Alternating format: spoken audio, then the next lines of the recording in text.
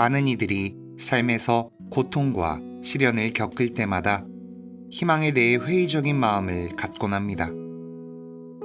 이런 우리에게 프란치스코 교황님이 그리스도인에게 진정한 희망이란 무엇인지를 말씀해 주십니다. 오늘 읽어드릴 그래도 희망은 2016년에서 2017년까지 그리스도인의 희망이라는 주제에 대한 강론을 엮은 책입니다. 프란치스코 교황님은 구약과 신약 성경 속 인물들을 예시로 들어 그들이 수많은 어려움과 역경 속에서도 어떻게 희망하였는지에 대해 이야기하고 그리스도인으로서 우리가 바라고 지향해야 하는 진정한 희망에 대해 알려주십니다.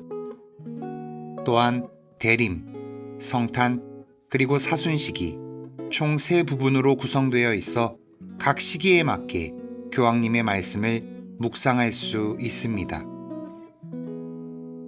이 책은 삶의 무게에 지친 우리의 마음을 다독이며 앞이 보이지 않는 이 길에도 끝은 있다고 격려합니다.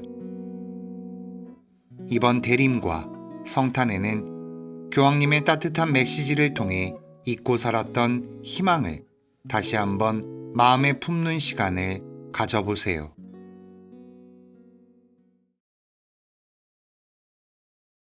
새롭게 미소 짓다. 그리스도인의 희망. 위로하여라, 위로하여라, 나의 백성을. 오늘부터 그리스도인의 희망이란 주제로 이야기를 나누고자 합니다. 이 주제는 아주 중요합니다. 왜냐하면 희망은 결코 우리를 실망시키지 않기 때문입니다.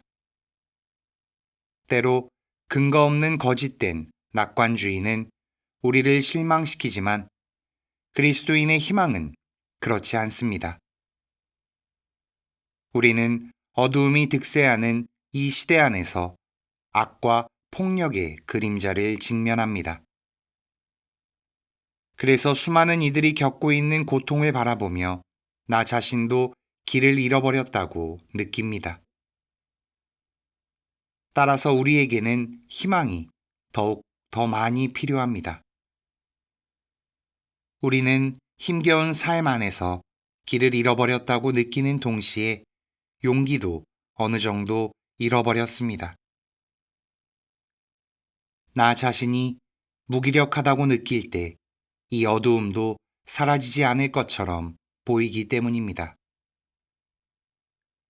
그렇다고 희망을 포기하도록 우리 자신을 내버려 둬서는 안 됩니다. 왜냐하면 하느님께서 우리와 사랑으로 함께 걸으시기 때문입니다. 저는 희망합니다. 왜냐하면 하느님께서 제 곁에 계시기 때문입니다. 우리 모두는 그렇게 말할 수 있습니다. 우리 각자는 이렇게 말할 수 있습니다. 저는 희망합니다. 제게는 희망이 있습니다. 왜냐하면 하느님께서 저와 함께 걷기 때문입니다. 그분은 친히 제 손을 잡고 여정을 가십니다. 그분은 우리를 홀로 버려두지 않으십니다. 주 예수께서 악을 물리쳐 이기셨으며 우리에게 생명의 길을 열어주셨습니다. 이제 특별히 이 대림 시기, 이 기다림의 시기에 우리는 다시 한번 더 강생이라는 위로 가득한 신비, 성탄의 빛을 맞도록 준비합시다. 이 은총의 시기에 희망에 대해 묵상하는 것은 중요합니다. 주님께서 우리에게 희망의 의미를 가르쳐 주실 수 있도록 우리 자신을 그분께 맡겨드리기로 합시다. 그러므로 대림 시기의 위대한 예언자이자 위대한 희망의 메신저인 이사야 예언자로부터 시작하여 성경의 말씀을 귀 기울여 듣기로 합시다. 이사야 예언자는 자신의 책 제2부에서 다음과 같은 위로의 선포와 함께 백성들에게 외쳤습니다. 위로하여라, 위로하여라, 나의 백성을. 너희의 하느님께서 말씀하신다. 예루살렘에게 다정히 말하여라. 이제 복역 기간이 끝나고 죄값이 치러졌으며 자기의 모든 죄악에 대하여 주님 손에서 갑절의 벌을 받았다고 외쳐라. 한 소리가 외친다. 너희는 광야의 주님의 길을 닦아라.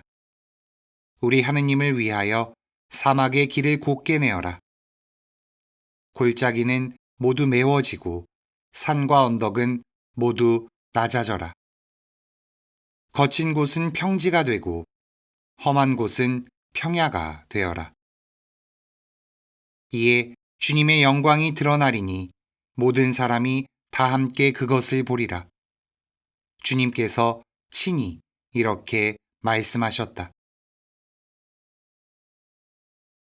하느님 아버지께서는 위로자들을 일으키시고 그들로 하여금 당신 백성에게 용기를 북돋아 주도록 초대하십니다.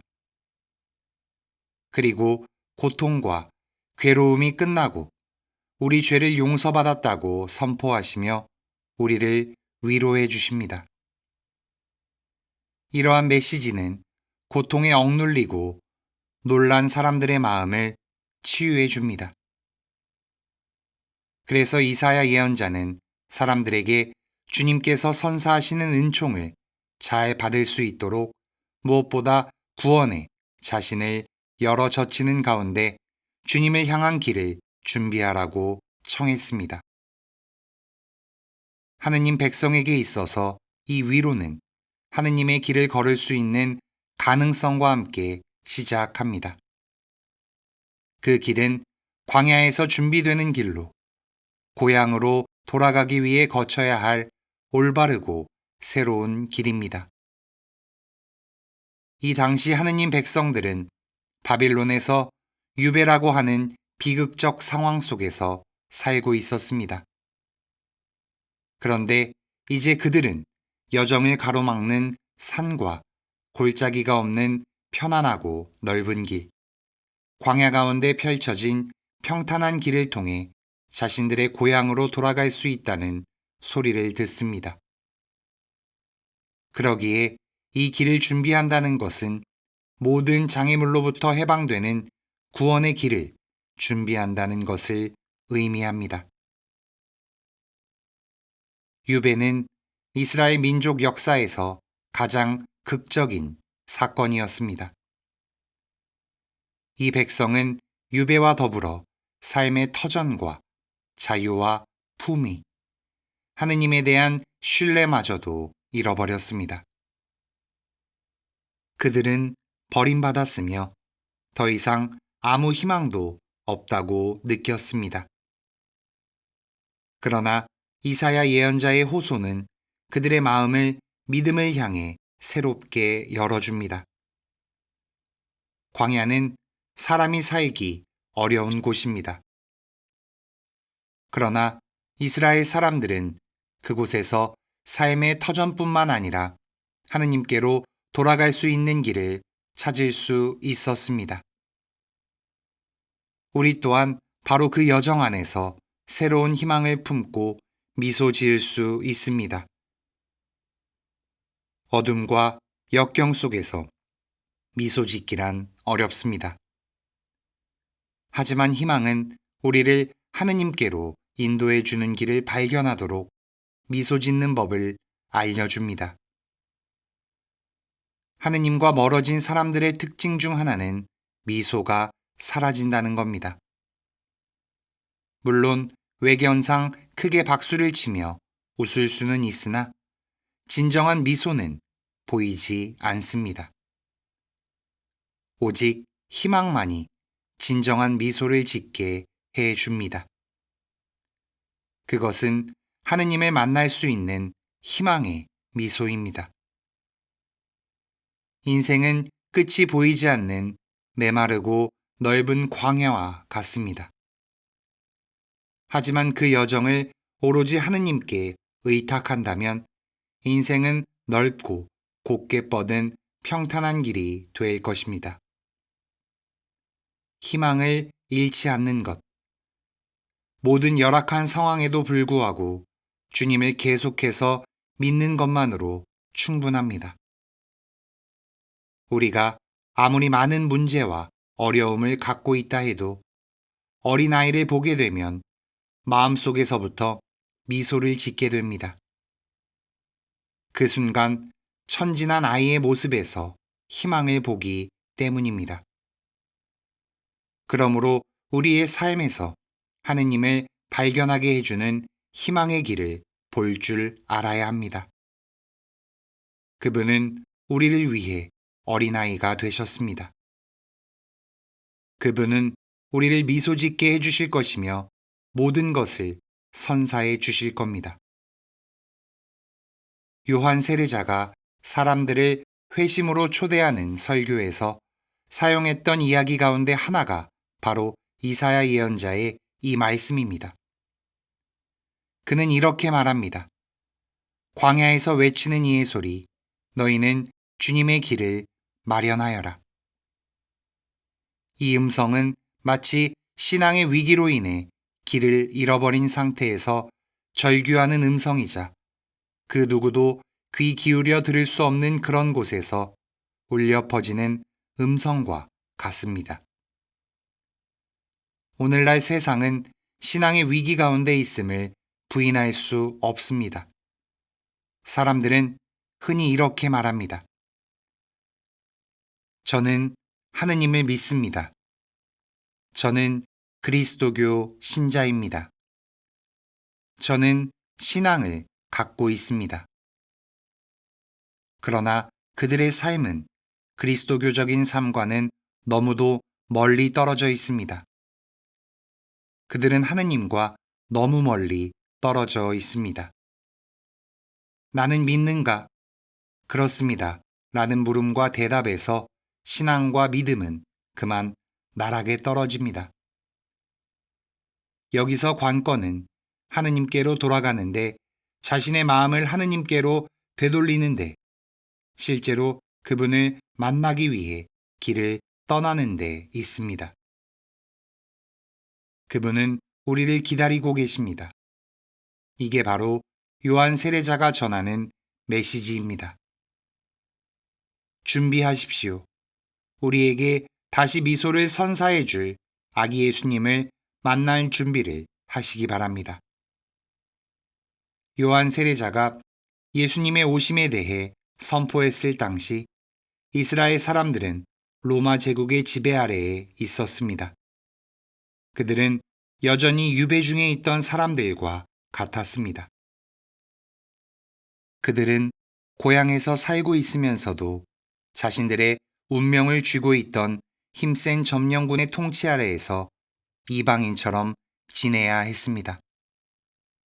하지만 진정한 역사는 힘 있는 자들에 의해 이루어지지 않습니다. 그 역사는 작은 이들에 의해 이루어집니다.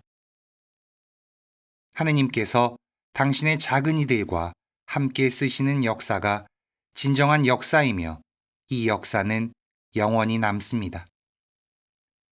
하느님께서 성모님, 예수님, 요셉 성인, 그 밖에 당신의 작은 이들과 함께 이 역사를 써내려 가십니다. 우리는 세상에 탄생한 아기 예수님 주위에서 이런 작고 단순한 사람들을 찾아볼 수 있습니다. 지카르야와 엘리사벳을 비롯해 여러 노인, 아이를 낳을 수 없는 여러 여인들, 요셉 성인의 약혼녀이자 젊은 동정녀인 성모님, 그리고 당시에 천대받았던 목동들이 그들입니다. 그들은 비록 작은 이들이지만 그 믿음은 그들을 위대하게 해 주었습니다. 이 작은 이들은 계속해서 희망할 줄 알았습니다. 희망은 작은 이들의 덕입니다. 배부르고 만족한 사람들은 희망할 줄 모릅니다. 여기서 말하는 작은 이들은 하느님과 함께, 예수님과 함께 절망과 고통으로 점철된 고독 가운데 유배를 겪는 광야의 여정에서 주님의 영광을 발견하게 해주는 평탄한 길로 바꿔주는 작은 이들을 말합니다. 그러므로 우리는 희망이 우리를 가르치도록 우리 자신을 내어 맡겨야 합니다. 믿음으로 주님의 오심을 기다려야 합니다. 그러면 우리 삶의 광야가 무엇이든 꽃이 만발한 정원으로 바뀌게 될 것입니다. 희망은 결코 우리를 저버리지 않습니다. 우리가 희망하는 이유. 그리스도인의 희망. 얼마나 아름다운가. 산 위에 서서 기쁜 소식을 전하는 이의 저발. 평화를 선포하고 기쁜 소식을 전하며 구원을 선포하는구나. 주님 성탄 대축일이 점차 다가오고 있습니다. 오늘 이사야 예언자는 구원의 도래에 대한 기쁜 소식을 다시 한번 받아들이는 가운데 희망을 향해 우리 자신을 열어 젖히도록 도와주고 있습니다. 이사야서 52장은 예루살렘을 향해 잠에서 깨어나도록 초대하는 가운데 몸에서 먼지를 털어버리고 쇠사슬을 끊은 다음 아주 아름다운 옷으로 갈아입도록 초대하고 있습니다. 주님께서 당신 백성을 해방하러 오셨기 때문입니다. 그리고 다음과 같이 덧붙입니다. 그리하여 내 백성은 나의 이름을 알게 되리라. 그날에 그들은 나 여기 있다고 말하니가 바로 나임을 알게 되리라. 여기서 하느님께서 하신 나 여기 있다는 말씀은 우리를 구원하시고 우리를 향해 가까이 다가오시겠다는 그분의 모든 뜻을 집약해서 표현하고 있습니다. 바로 이 말씀, 이사야 예언자의 초대에 따라 예루살렘의 기쁨을 담고 있는 노래가 울려 퍼지고 있습니다. 이는 아주 중요한 역사적인 순간입니다.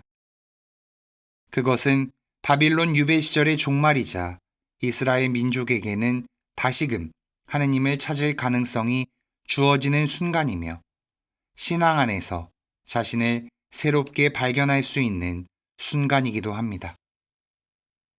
주님께서 그들에게 가까이 다가오시며 남겨진 작은 무리, 즉 유배 후 남겨진 채 신앙을 바탕으로 어려움을 견뎌낸 소수의 백성은 위기를 건너왔습니다. 그리고 어두움 속에서도 계속 믿고 희망해 왔습니다. 이제 이 남겨진 작은 무리는 하느님의 기적을 보게 될 것입니다. 이사야 예언자는 바로 여기에 기쁨의 노래를 삽입했습니다. 얼마나 아름다운가. 산 위에 서서 기쁜 소식을 전하는 이의 저 발. 평화를 선포하고 기쁜 소식을 전하며 구원을 선포하는구나. 너의 하느님은 임금님이시다 하고 시온에게 말하는구나. 예루살렘의 폐허들아, 다 함께 기뻐하며 환성을 올려라. 주님께서 당신 백성을 위로하시고 예루살렘을 구원하셨다. 주님께서 모든 민족들이 보는 앞에서 당신의 거룩한 팔을 걷어붙이시니 땅끝들이 모두 우리 하느님의 구원을 보리라. 여기서 잠시 머물며 묵상하고자 하는 이사야 예언자의 이 말씀은 평화의 기적에 대해 아주 특별한 방식으로 말하고 있습니다. 즉, 그분의 말씀은 소식을 전하기 위해 빠르게 뛰어오는 사람의 발에 시선을 두고 있습니다. 얼마나 아름다운가. 산 위에 서서 기쁜 소식을 전하는 이의 저 발. 그것은 마치 다음과 같이 묘사되는 사랑하는 여인을 향해 뛰는 아가의 신랑과 같습니다. 보셔요. 그이가 오잖아요. 산을 뛰어오르고 언덕을 뛰어넘어 오잖아요. 이처럼 평화의 소식을 전하는 사람 역시 해방과 구원의 기쁜 소식을 전하고 하느님의 통치를 선포하면서 뛰어오고 있습니다. 하느님께서는 당신 백성을 버려두지 않으시고 악이 승리하도록 그냥 두지 않으십니다. 그분은 충실하시며 그분의 은총은 죄에 비할 바 없이 훨씬 크시기 때문입니다. 우리는 이 점을 배워야 합니다. 왜냐하면 우리는 완고해서 이를 배우려 하지 않기 때문입니다. 저는 이렇게 질문하고 싶습니다. 하느님과 죄 중에 누가 더 큽니까? 물론 하느님이시죠. 마지막에는 누가 승리하죠? 하느님인가요? 아니면 죄인가요? 하느님이십니다. 그분은 가장 수치스럽고 가장 지독한 죄 중에 가장 나쁜 죄를 거슬러 승리하실 수 있을까요? 하느님께서 어떤 무기로 죄를 쳐 이기실까요? 바로 사랑으로 승리하십니다. 그게 바로 하느님께서 통치하신다는 말씀이 의미하는 바입니다. 이는 주님께 신뢰를 둔 믿음의 말씀입니다. 인간은 때때로 우리 안에 있는 하느님의 아름다운 모상을 죄로서 손상시키곤 합니다. 그분의 권능은 인류를 향해 고개 숙이시고 우리에게 당신 자비를 보여주십니다. 이로써 그분께서 이 죄에서 우리를 해방시키십니다. 이 지극한 사랑의 완성은 다름 아닌 예수님께서 선포하신 하느님 나라입니다. 이 나라는 용서와 평화의 나라로 우리가 성탄과 더불어 기념하는 나라이기도 합니다.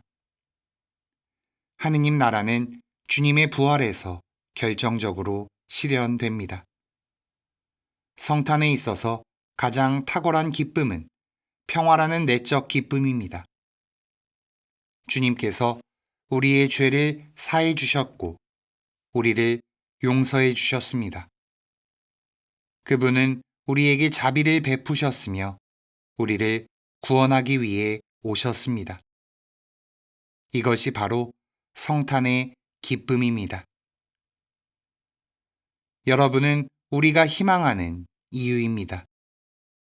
모든 게 끝난 것처럼 보일 때, 헤아릴 수 없이 많은 부정적인 일들이 눈앞에 펼쳐질 때, 더 이상 믿음을 유지하기 힘들고 더 이상 아무 의미도 없다고 말하고 싶을 때, 소식을 전하는 이가 한 걸음에 달려와 우리에게 아름다운 소식을 전해줍니다. 하느님께서 뭔가 새로운 것을 이루기 위해 평화의 나라를 재건하기 위해 오고 계신다는 겁니다. 하느님께서는 당신의 품을 드러내시고 자유와 해방을 가져다 주십니다. 악이 언제나 승리하지는 않습니다. 고통에도 끝은 있습니다. 이제 우리는 절망을 물리쳐 이길 수 있습니다. 하느님께서 우리 가운데 계시기 때문입니다. 우리 또한 이사야 예언자가 예루살렘을 향해 초대했듯이 그렇게 예루살렘처럼 조금은 깨어 있도록 요청받았습니다. 우리 모두는 하느님 나라의 도래를 위해 협력하는 가운데 희망의 사람이 되도록 부름을 받았습니다.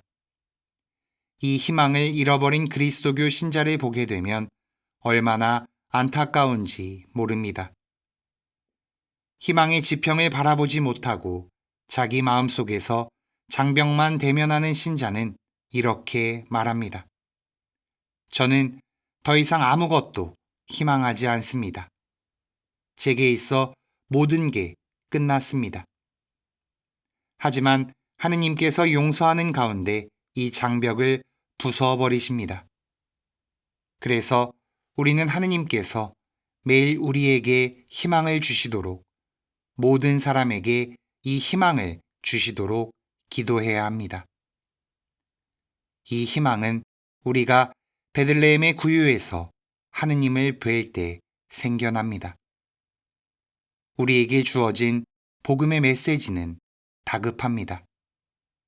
정의와 진리, 평화의 굶주린 세상과 인류가 마냥 기다리지 않도록 우리는 이 산, 저 산을 뛰어다니며 소식을 전하던 목동처럼 복음을 널리 전해야 합니다. 세상에서 소외되었던 작은 이들은 아기 예수님을 바라보며 주님의 약속과 말씀이 실현되었음을 알았습니다. 갓 태어나 모든 것을 필요로 하는 이 아기, 즉 구유 속 아기 예수님 안에 우리를 구원할 하느님의 모든 권능이 존재합니다. 주님 성탄 대축일은 우리의 마음을 열기 위한 날입니다. 아기 예수님 안에 있는 가장 작은 모습에, 그 놀라운 기적에 마음을 열도록 합시다. 대림 시기 동안 희망 가운데 준비하고 있는 것은 성탄의 기적입니다. 그것은 아기이신 하느님, 가난한 하느님, 연약한 하느님, 우리 각자에게 가까이 다가오기 위해 당신의 위대함을 포기하신 하느님의 놀라움입니다.